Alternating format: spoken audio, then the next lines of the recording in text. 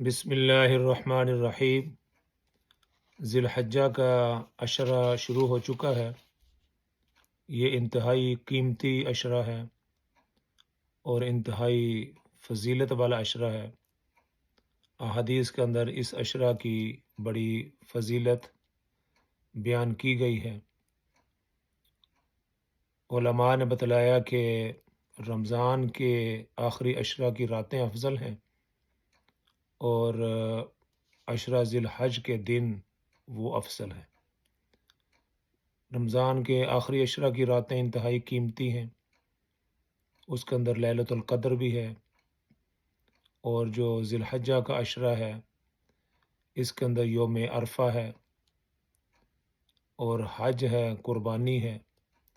تو یہ جو ایام ہیں یہ انتہائی فضیلت والے ہیں اور قیمتی ہیں۔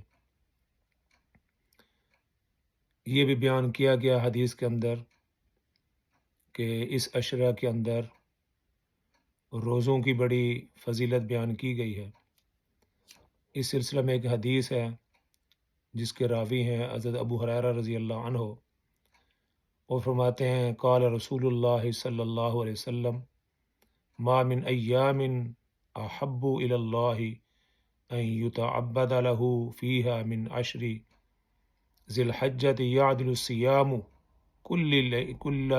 کل یوم منہا بصیام سنۃ وقیام کل لیلۃ منہا بقیام لیلۃ القدر۔ حضرت ابو ہریرہ رضی اللہ عنہ فرماتے ہیں کہ رسول اللہ صلی اللہ علیہ وسلم نے ارشاد فرمایا کہ بقر عید کے اول 10 دنوں میں روزہ رکھنے سے ایک روزہ کا ثواب 1 سال کے روزوں کے برابر ملتا ہے۔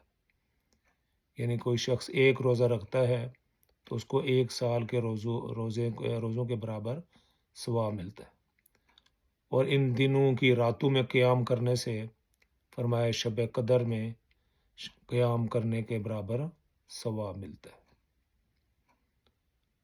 اسی طرح حضرت ابو قتادہ رضی اللہ عنہ سے بھی روایت ہے، وہ فرماتے ہیں کہ رسول اللہ صلی اللہ علیہ وسلم نے ارشاد فرمایا بقر عید کی 9ویں تاریخ کے روزہ کے بارے میں کہ اللہ پاک سے میں پختہ امید رکھتا ہوں کہ اس کی وجہ سے 1 سال پہلے اور 1 سال بعد کے گناہوں کا کفارہ فرما دیں گے۔ یعنی انسان کوشش کرے کہ اس عشرہ کے اندر زیادہ سے زیادہ روزہ رکھنے کی کوشش کرے۔ اگر کسی وجہ سے پورے 10 دن آدمی روزے نہ رکھ سکے تو کم از کم 9ویں تاریخ کا روزہ یعنی یوم عرفہ کا روزہ ضرور رکھے۔ رسول اللہ صلی اللہ علیہ وسلم فرمایا کہ میں اللہ رب العزت سے امید رکھتا ہوں کہ وہ روزہ رکھنے والے، عرفہ کے دن روزہ رکھنے والے کہ 1 سال پہلے کے گناہ اور 1 سال بعد کے گناہوں کا اس کے ذریعے سے کفارہ فرما دیں گے۔ اور یہ عشرہ انتہائی فضیلت والا ہے اور قیمتی ہے۔ مسلمانوں کو اور لوگوں کو چاہیے کہ اس عشرہ کے اندر زیادہ سے زیادہ عبادت کرے۔ اگر آدمی پہلے 2 نوافل پڑھتا تھا تو 4 کر دے، 4 پڑھتا تو 6 کر دے۔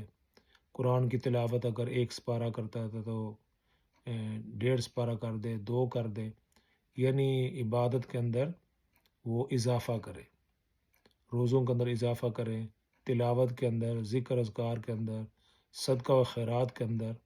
تو ان ایام کو قیمتی بنانے کے لیے سے زیادہ اللہ رب العزت کے ہاں کھڑا ہو، اللہ کی عبادت کرے اور اللہ کو یاد کرے۔ اس سلسلہ میں ایک اور حدیث ہے، رسول اللہ صلی اللہ علیہ وسلم نے فرمایا ما من ایام العمل الصالح فیہن احب الی اللہ من هذه الایام العشرة قالوا یا رسول اللہ صلی اللہ علیہ وسلم ولا الجہاد فی سبیل اللہ قال ولا الجہاد فی سبیل اللہ الا رجل خرج بنفسه ومالہ فلم یرجع من ذلك بشیء رواہ البخاری۔ بخاری شریف کی حدیث ہے۔ حضرت عبداللہ بن عباس رضی اللہ عنہما راوی ہیں کہ رسول اللہ صلی اللہ علیہ وسلم نے ارشاد فرمایا کہ بقر عید کے 10 دنوں میں جس قدر نیک عمل اللہ کو محبوب ہے، یعنی ان 10 دنوں کے اندر جو آدمی نیک اعمال کرے گا، فرمایا اس سے بڑھ کر کسی زمانے میں بھی اس قدر محبوب نہیں، یعنی یہ دن فضیلت میں دیگر سب ایام سے بڑے ہوئے۔ صحابہ نے عرض کیا یا رسول اللہ، کیا جہاد فی سبیل اللہ بھی ان دنوں کی عبادت سے افضل نہیں؟ آپ نے شاہ فرمایا جہاد فی سبیل اللہ بھی ان ایام سے افضل نہیں، الا یہ کہ کوئی شخص اپنی جان و مال لے کر نکلے اور ان میں سے کچھ بھی واپس لے کر نہ لوٹے، یعنی وہ سب کچھ اللہ کی راہ کے اندر خرچ کر دے، اپنا مال، اپنی جان، سب کچھ، اس کا تو کوئی مقابلہ نہیں ہے۔ لیکن باقی کوئی آدمی جہاد کے اندر گیا اور واپس آ گیا، تو فرمایا کہ ان ایام کے اندر اتنی بڑی فضیلت ہے، تو ان ایام کو انسان کو قیمتی بنانا ہے، اور اس کے اندر جتنی بھی زیادہ سے زیادہ عبادت ہو سکے وہ کی جائے۔ اگر روزوں کے اللہ نے توفیق دی ہے تو روزے رکھے، اگر نہ ہو سکے سارے تو کم از کم 9ویں کا روزہ رکھنے کی ضرور کوشش کرے۔ اللہ رب العزت مجھے بھی اور آپ کو بھی اس کی توفیق عطا فرمائے۔ وآخر دعوانا ان الحمد للہ رب العالمین۔